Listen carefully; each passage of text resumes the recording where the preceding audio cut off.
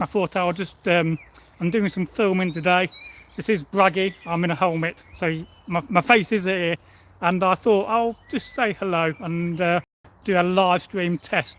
This is in the vertical format. At some point I will take my helmet off so you can see my actual head, and this is the first time this year I've been in my kit.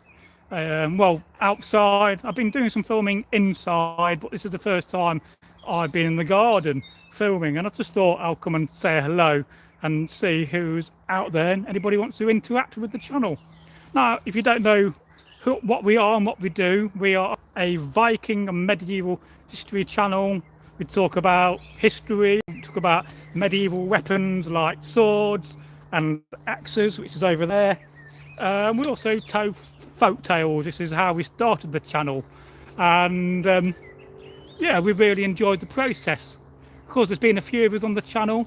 Started out with tear care as I take my helmet off, and I've got bad Viking hair now from my helmet, and yeah, we really love what we do on the channel. So greetings, anybody out there wants to say hello. I'm not sure how we can get to see comments. It's been a while since I've done a live stream, and I know I've got bad helmet hair. This is the thing, it does make you think whether the Saxons and the Vikings suffered from the same thing. I don't have a bone comb on me or in my sack, which you can't see, it's there. I wish I had a bone comb. Anybody who makes bone combs and want to send me one, then please do so, and I will talk about it and give you a good review on the channel, because we're always up for people sending us stuff. And let's face it, you know, if you got some nice kit you can make, that'd be wonderful. One thing I am after, actually, and something I thought about for a while, is that we don't have a banner or a battle flag. And yeah, I mean, there's some debate whether they had them. We certainly know there was a famous Ravens flag, which I forget the name of it right now because my mind's gone blank and I've been filming all day. But yes, if you do want to think about, I mean, a lot of people will go for a Raven battle banner. Some people will go for a long ship or wolf. I think those three symbols are very popular and probably overused on YouTube and certainly in re-enactment. But it would be quite interesting to see what concept of battle flag you may think about for the channel. I mean, I sometimes think, well, perhaps it should be some kind of a battle flag, you know, on a ash shaft on a pole. Normally has a section coming out and one going down. And thought, well, perhaps we could do something to memorise and remember Eggle. I don't know. I mean, yeah. So, anybody wants to say hello? I know we've got one person watching, 6 people watching. So, hello, I'm Bragi. I am a Viking, a modern Viking, if you can be a modern Viking, which is a whole entire subject on its own. I mean, yes, I mean, granted, you know, as a modern Viking, we can't exactly go and buy 1,000 longships and go and raid France or Ireland. So we've got Keith Nordor says hi. So, hello. Well, this helmet is one of the very few examples of a Viking helmet. This is the good Mumbu helmet, and it's a very nice helmet indeed. I've got 2 of these. I've got one with full mail, and the mail is riveted, which is an extra added bonus. And my key tip, if you're going to buy a helmet, make sure, you know, it's all right. I bought these online, and luckily this one fits me very well on my head, even though I do wear a hat, and somewhere I've dropped my hat somewhere on the floor, so I do wear a hat underneath it to pad it out a little bit. But it's very important that when you do buy a helmet, if you can get to try it on before you buy it, even better, because what you want is a helmet that fits you well. You don't want it too tight. If it's too tight on your head, well, you're never going to get it on, are you? And if it's too loose and too big, then that also becomes a problem. But in those times of the Vikings and the Saxons, some days you just got given what you got given, and if your helmet's too big, you're going to wear it anyway, because after all, some of this will give you protection on the battlefield, even though it's a little bit restrictive when it comes to seeing what's around you compared to not having a helmet on. You do adjust. So just go back to your comments. Yeah, so and Nadav Real says, OMG, what helmet is that? I recognise it. Yeah, this is a helmet from Norway, and one found in the grave. And this came from Maxim Armories, which says a very good trader. And I do recommend buying in person rather than online, because you could be waiting a while, as sometimes orders for helmets and kit can take a while to be delivered. So and then Nadif says, so I'm assuming it's better for blocking slashes to the neck. Yes, but one thing this helmet doesn't have is anything behind the mail. So at some point I'm going to get some leather and put some leather behind it, because what will happen is that it will pull and take some of your hair out, which is often why I often think about Neil Sigmundson, who's an old Viking friend of mine. That's probably why he doesn't have any hair. So it does make sense, if you've got some mail, to have something behind it, preferably in my mind, leather going around the whole circumference of the helmet behind the chainmail itself, because that will save your hair being pulled out. And let's face it, as Vikings and you've got long hair, if you're not one of those fashionable Vikings with no hair, then you want to look after your hair. Yeah, so I'm not selling a helmet, no. I tend to hoard kit. I very rarely sell Viking kit, because once you buy it, you want to keep it in your collection. But I think this cost me £180, brand new.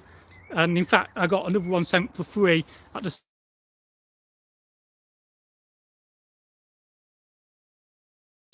same time, which would have been used for Egil Thorson, but sadly Egil passed away, as some of you will know, back in 2023. And he says, Nadif says, that's too cheap, my man. Well, yeah, maybe it is a little bit too cheap, but then I paid £30–40 for a helmet, especially the second-hand market, because there is a large second-hand market of re-enactment kits. If you go on Facebook or you go to events, there's always somebody selling something, and you can get some real bargains. So and then Archie Hunt says, I'll pay £1,000 for it. Well, yes, well, that's definitely overpriced. For that, you can get 5 of these and have some change left over. So probably get a nice Langsax as well for £1,000 and 5 of these helmets. And of course, you could improve it. You could make it look more authentic by slowly going around and hammering it, so you got that more hammered look. You could darken it. You could put boot polish on it and make it look a bit more rustic as well. People do that, but for this helmet, I'm tending to keep it as it is, because it's just the way I like it for the meantime. And when I invest in some more helmets, I may experiment with having some helmets that have dark panels and the bright bands, and this being bright, and maybe have that bright as well in the way it comes. So let's look at some more of your comments. So yeah, I bought this from Maxim Armories. If you just type that in, you'll find them. I think they're on Facebook, and they sell stuff on eBay, I think, but they also got a good website, and they do have some fantastic bit of kit. They have some very nice Vendel helmets, which are about £1,000. Wouldn't mind buying one of them at some point when I've got the money spare. And of course, anybody wants to buy me one to talk about on camera, or if you're a trader, or if you make stuff, I'm always happy to give you a positive review. Yeah, so yeah, I'm not trying to sell you anything. I'm just trying to come on and do a live stream on the channel whilst I'm in the garden, because I've not done one for a while. I'm always too busy working on things. But yeah, so we had a comment here. Do you prefer axes or spears? Well, I think the best choice with that is to have both an axe and a spear, or a javelin. Javelins are great as well. And I do like a good javelin, and it does make you think how common javelins were when it comes to axes. I mean, an axe is a tool. You can use it for multiple uses. I mean, you can make your shelter, you can chop your wood for your fire. But a spear and a javelin are quite limited. Ideal for hunting, ideal for battle. Javelins are ideal for throwing, at the enemy, especially with this hand, as you go into the battle. Beforehand, to try to take some of the enemy Saxons or Normans out. And of course, the Vikings were also well known for throwing a spear over your enemy to sacrifice it to the All-Father, or Odin, or Woden to the English. So yeah, so Tyler says, what's your favourite place to buy historical Norse clothing? Well, in my mind, generally on camp or through second-hand markets, because you want something that's vintage rather than brand new. And of course, a lot of these reenactment groups, they have some really good contacts and people that make stuff. It can be pricey. I mean, something like this tunic here will probably cost you £100 to have made, because it's hand sewn, and it's also the cost of the wool, because you need to have 2 or 3 meters worth. If you're spending £10–20 a meter, then that can be very expensive, plus the cost of making it on top. So that's fundamentally the best source I've always found is to, join a reenactment group, ask around what's available secondhand, and then you got, not only have you got something that looks old and looks the part, it's not brand new, because let's face it, you see a lot of these programs and a lot of these reenactors, they come on camera and they're wearing brand new kit. It's got no cuts, it's got no stains, and it just looks wrong in the sense of the fact that, oh, it just looks too brand new. You want to have that aged look, because let's face it, if you're a warrior, you would be wearing a tunic for this maybe most of your life. You may, in fact, when you pass away in battle, it will be handed down. If you're not buried in it, of course, you will be naturally buried in your poshest kit, but it would also be handed down. And a lot of the well-do Vikings would have, a spare set of kit, so that would be passed down to your son or your nephew or your relative you like, and then they would wear it until it wears out. You wouldn't throw something out if it's still usable, because wool costs money, and so does the material and the time to make it. They say that in an average tunic and an average pair of trousers there's 13 miles of thread, which is quite unbelievable. And it also takes a lot of time to make the wool and to weave it as well, so there's a lot of time and cost involved. So what's the Viking sword called? Well, I don't really have a name for my sword. It's just one that I bought many years ago from a member of the Vikings who was a trainer. He was basically one of the people that train people, and it's always been a good sword to me. And it's where I'm on a baldric. I don't always like a sword hanging from my boat, because that can drag your boat down a little bit. So I prefer a baldric over having a sword hanging on your boat. You have the option with this bit of antler to hang it on my boat, and you could also tuck it in behind your boat rig, which I'm wearing here, so you can also tuck it behind there if you want it more secure to the body. I don't always choose to have that. It's down to your personal preference when it comes to that.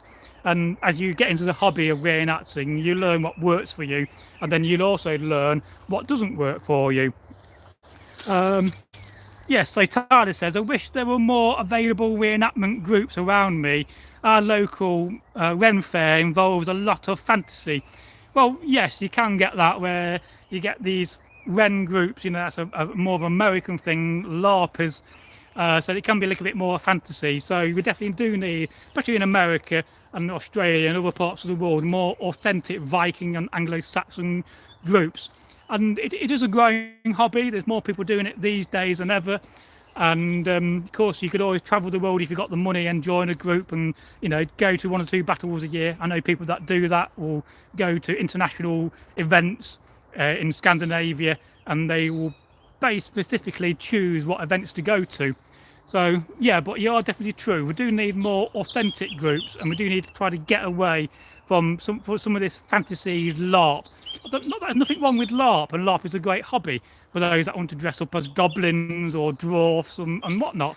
But my old friend Teto was a very big LARPer, and he used to talk about all the amazing events he used to go to, where they'd have like 10-foot high trolls and all these warriors dressed in all these kit. And yes, as a Viking, I could go and dress in this kit and be a Viking fantasy warrior, buy some LARP weapons. I might actually have a go at that, and still wear this kit, even though it's ultra authentic, because authenticity is very important, and you strive to be authentic.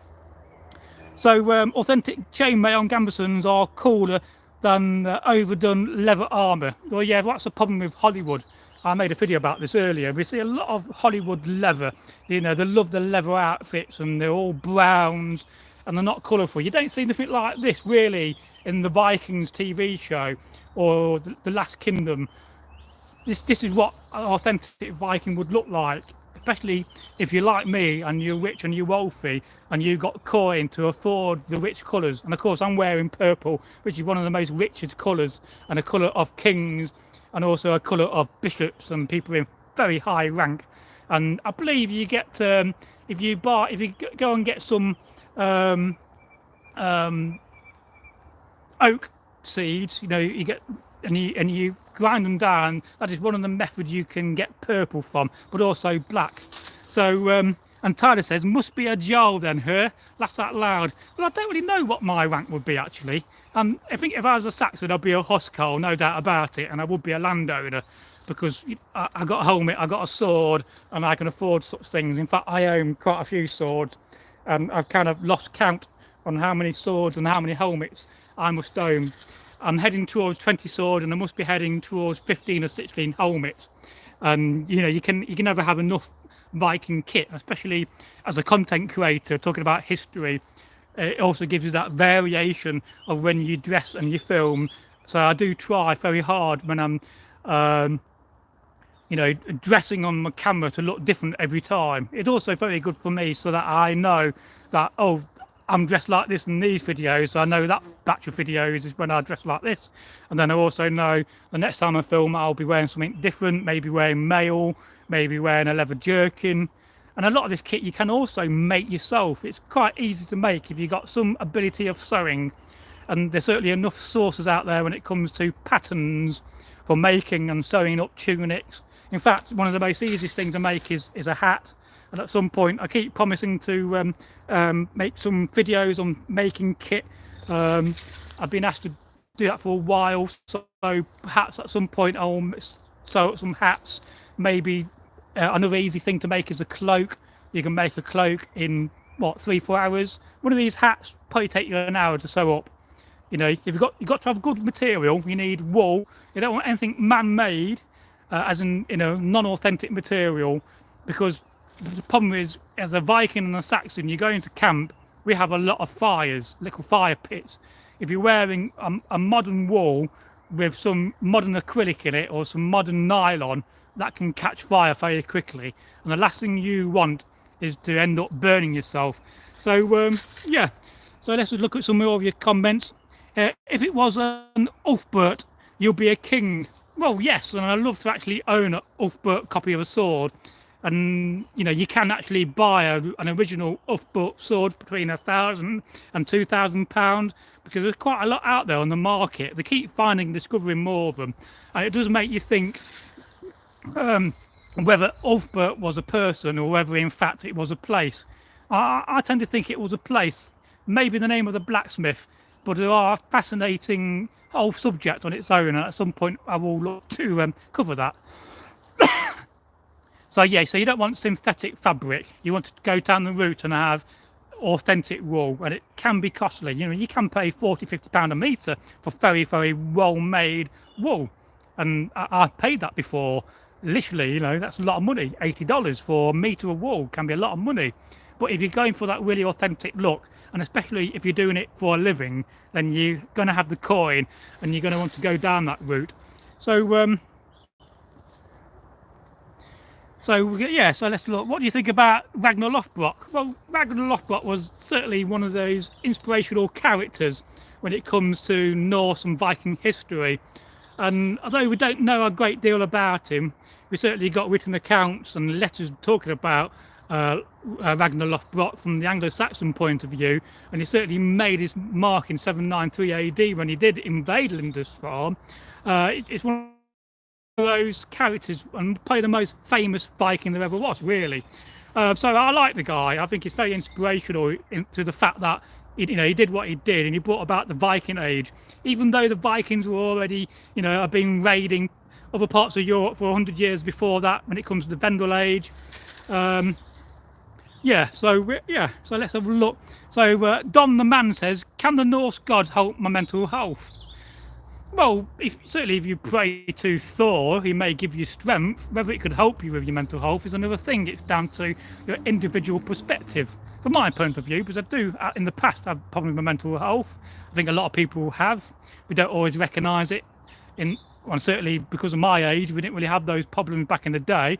I certainly do think, Thor gives me strength and gives me the courage to keep battling on.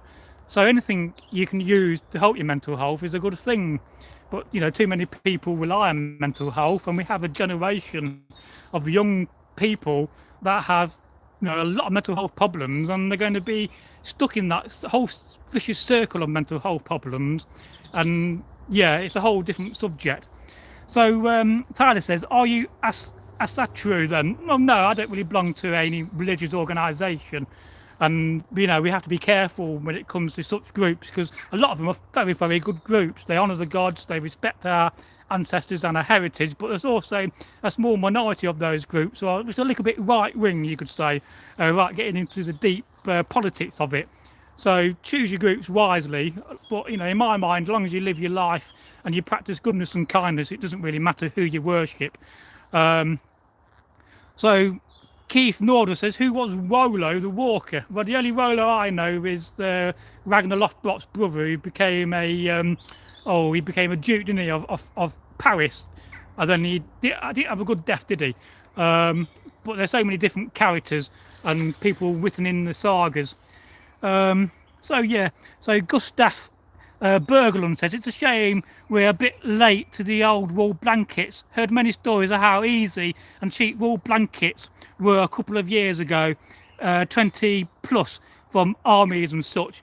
Well, yes, that's another really good source of material when it comes to tunics. And in fact, old army blankets and ex-prison blankets are all made of pure wool. I have quite a few myself. I've saved over the years, and because I've done a lot of historical reenacting from the Bronze Age, and I've done the Iron Age a little bit, and then I went very big on the medieval age, and then I got into 19th century reenacting. So I used to use authentic blankets like that to sleep in, and they are a very good source. But yes, you're right, they can be very expensive now on eBay, because people have kind of realised that a lot of these original wool blankets from the 1950s, or even World War II onwards, really, up to probably the 1990s when they stopped making these blankets.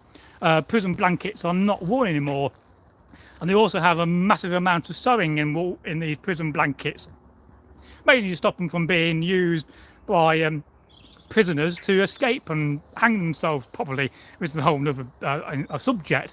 But yes, if you go online eBay, you type in army blankets, you will see them, but they do cost a little bit of money.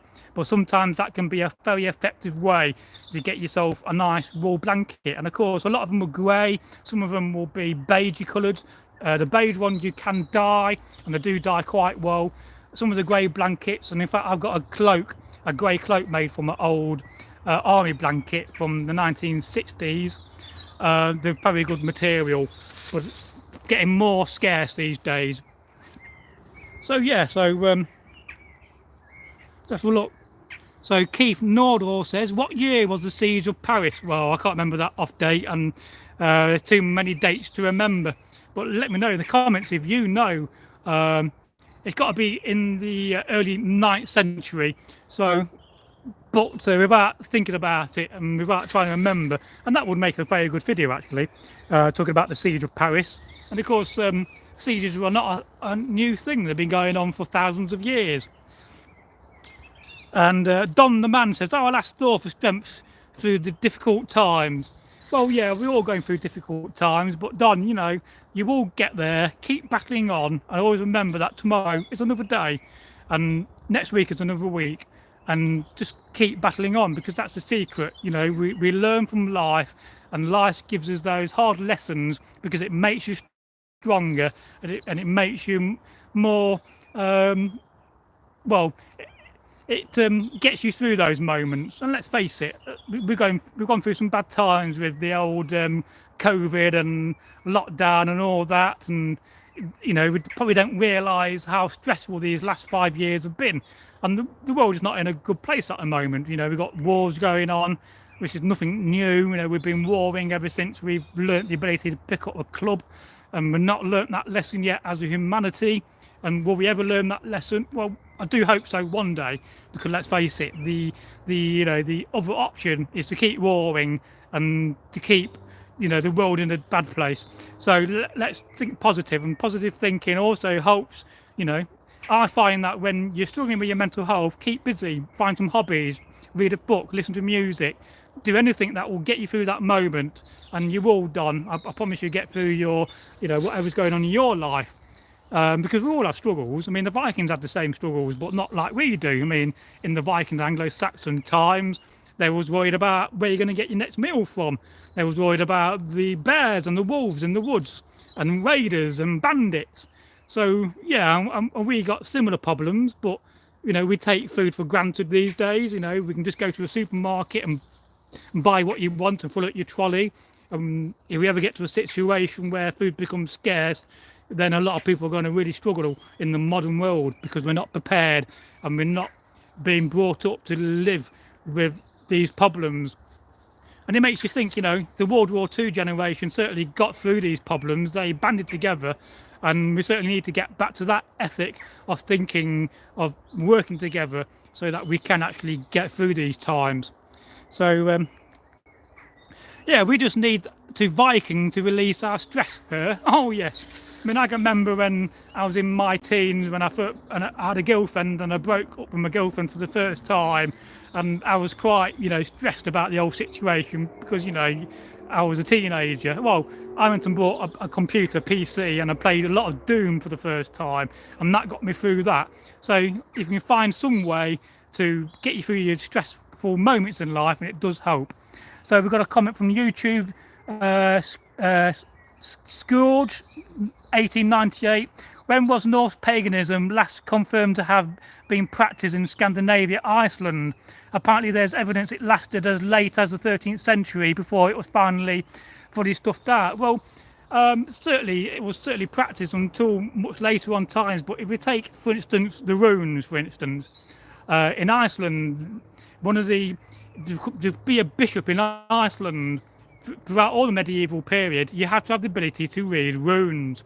And certainly people were still using runic calendars up to the 19th century. So yes, the Christianized people, they got us away from our pagan roots, but some of those practices still went on, and even though it would have been more secret, because let's face it, if you're practicing paganism in a Christian dominated world, well, that could get you into a lot of trouble. So, and I think Eggle, the former late host, certainly made some content about that on the channel, so I urge you to check that out. Keith Nordor says, was Denmark, Norway or Sweden better Vikings? Well, certainly the Danes and the Norwegians were very good Vikings. The Swedish were a little bit late to the scene, and they too were very brave warriors. Can you really say that any of them were better than the others? It all depends really on the warrior and the training, but I mean, yeah, so that's very debatable. And Tyler says it's being practiced in Iceland right now. They have a church. Yes, people are building churches and temples to the gods now. And I think certainly Norse paganism and paganism within itself is one of the fastest growing faiths in the world at the moment, which is good to see because people have a thirst for their heritage and have a thirst for their ancestry. And certainly, in the UK, the past is being demonised a little bit, and we don't like us to think about the past. So we have to respect our heritage because it is, and it what makes us who we are. It's where we come from. So Gustav Berglund says, would probably say Norway / Denmark were better Vikings in the way of conquering, while Sweden was better religiously. Yeah, I think I agree with that. I think the Norwegians and the Danes were better warriors and were more prolific when it comes to the Viking raids, and the Swedish Vikings were just a little bit later, but let us not be disrespectful to the Swedes, because yet again, a great country which I'd love to go to. Yeah, and YouTube's guard says, yeah, I know, I meant it as a continuous tradition. Well, it certainly is a continuous tradition, and let's face it, conversion to Christianity hasn't really worked, has it? Because let's face it, I'm a Norse pagan. I wear the Thor's hammer. In fact, I got 2 on, and there's more Norse pagans than ever before. And there really is a massive thirst on TikTok and YouTube, and people that are trying to get back to the roots, trying to understand where they come from. So it's not a bad thing. But it doesn't really matter in my mind who you worship or don't worship, as long as you practice 2 things in life, which is goodness and kindness. If we can practice them, perhaps we can make the world a better place. So, and then Data Rogue says, are these temples being built in an authentic way, or do they even today have Christian influence? Yeah, well, I think a lot of the temples, and certainly the one in Iceland I've seen built, has been made in the traditional method. It's a wooden building structure, so that's quite nice to see. And certainly, I know people all over the world are building long houses in the traditional method.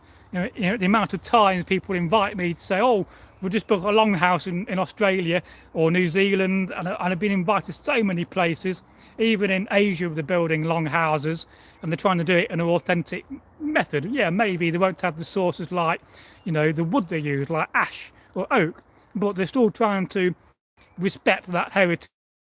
And more people are building longhouses and mead halls to honour the gods. So I find that to be fascinating.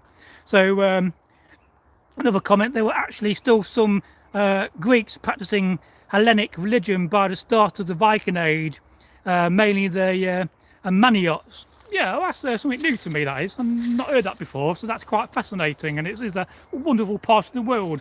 And definitely, as I start to think about travelling in the future and going to some of these wonderful historical places and filming for the channel, we will go to the Greek islands, because I definitely enjoyed going to Rhodes and Corfu and Crete and Greece itself as a kid. When I was quite lucky to have travelled with my parents when they was alive. So my dad always took me to amazing places, and I was always into history. So I was very lucky. I mean, I've even been to Bethlehem and Israel and Jerusalem, and Turkey is a wonderful country to go to, Egypt, Tunisia, it's endless really, Spain and Portugal.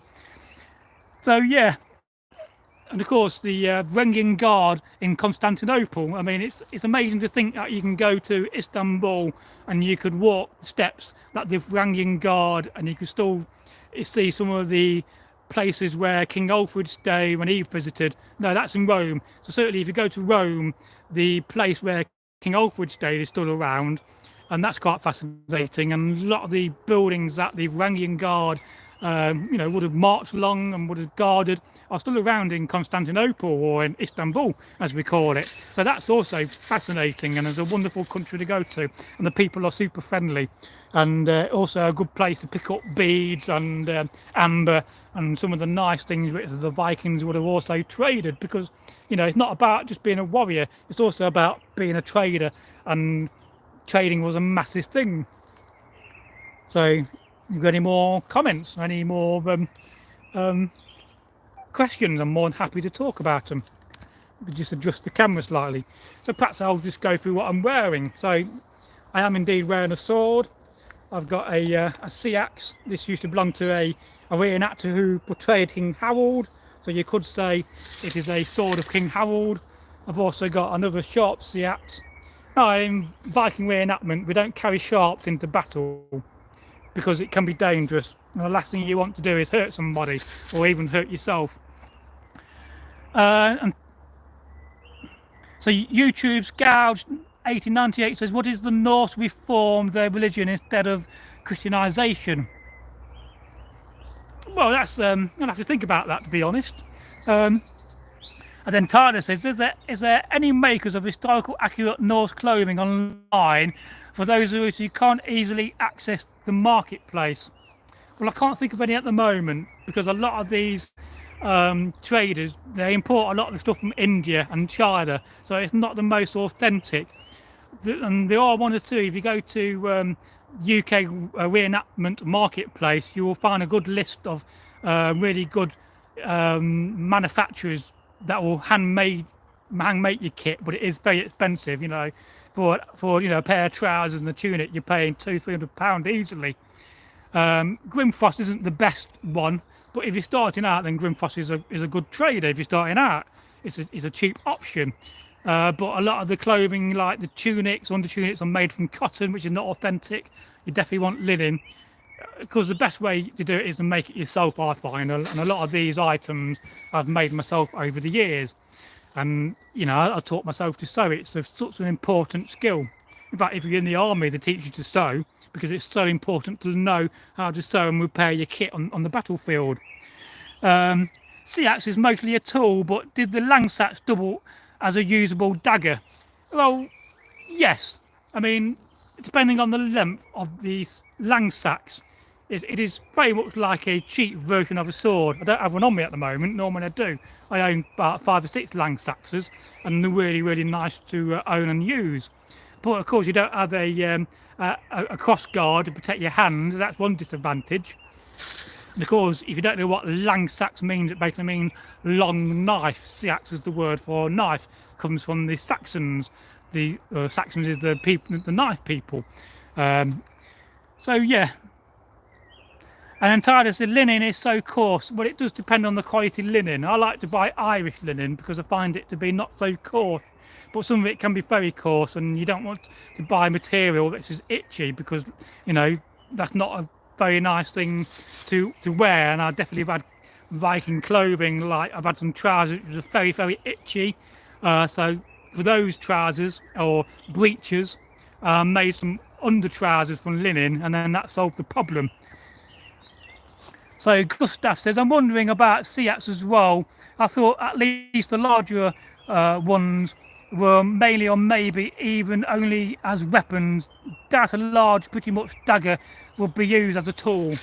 Well, you could use a Lang-Sax, a bit like a machete, to chop down brambles, you know, but it is very limited to what you could use a Lang-Sax for. It is made purposely as a weapon, very much like the spear. I mean, you can't really use a spear for anything other than hunting or fighting in a battle.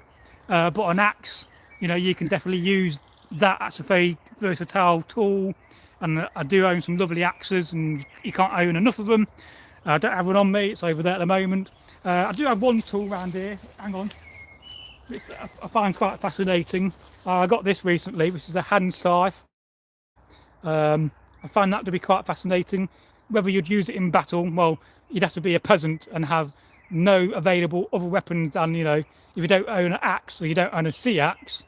Although if you don't own a sea axe, it means you're not a free man. So most men, if they're free, would have a sea axe. But that's quite a fascinating tool itself. And we often forget about some of the peasant tools lying about. And let's face it, if you got a shield and you don't have anything other to use than that, you're going to use that in the battlefield. Now, how effective is it is another story. And then Keith Nordell says, did Vikings have tattoos? Well, I think that's very debatable. Certainly, Ibn Fadden, the Arab guy, talked about the Vikings having tattoos, but there's very little evidence. But we certainly know in the Iron Age they were tattooing each other and had tattoos. Then you got to look at Etsy, the man found on the Alps, he had tattoos. So I can't really see why there will be a period where we had tattoos and we didn't have tattoos. So I expect that they did have tattoos to a certain degree. It's just that we don't have the evidence really. We don't have bog bodies, and until we find such evidence, it's very debatable. But I can't see why in history tattooing would disappear and then come back. So yeah, it's debatable.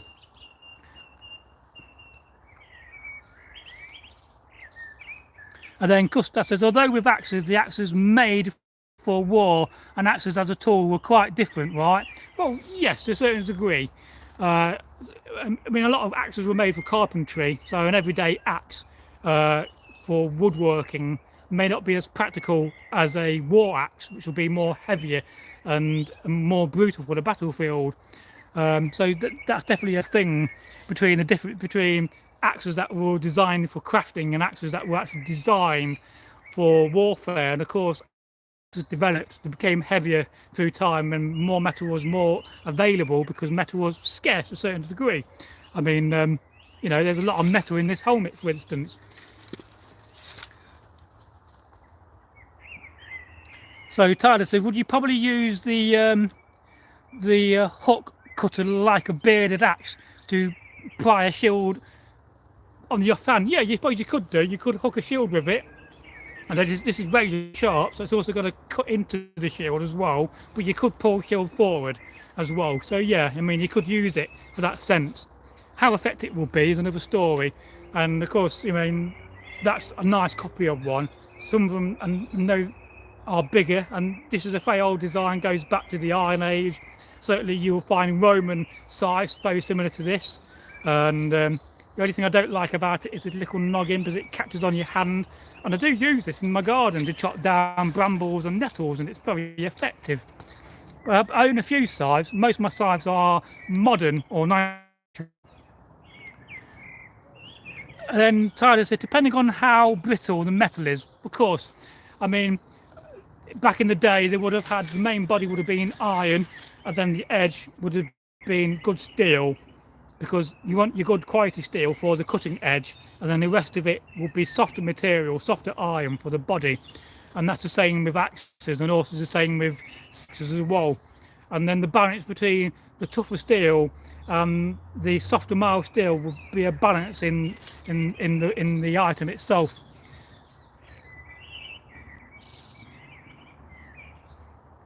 So Tyler says, love me a good grounds force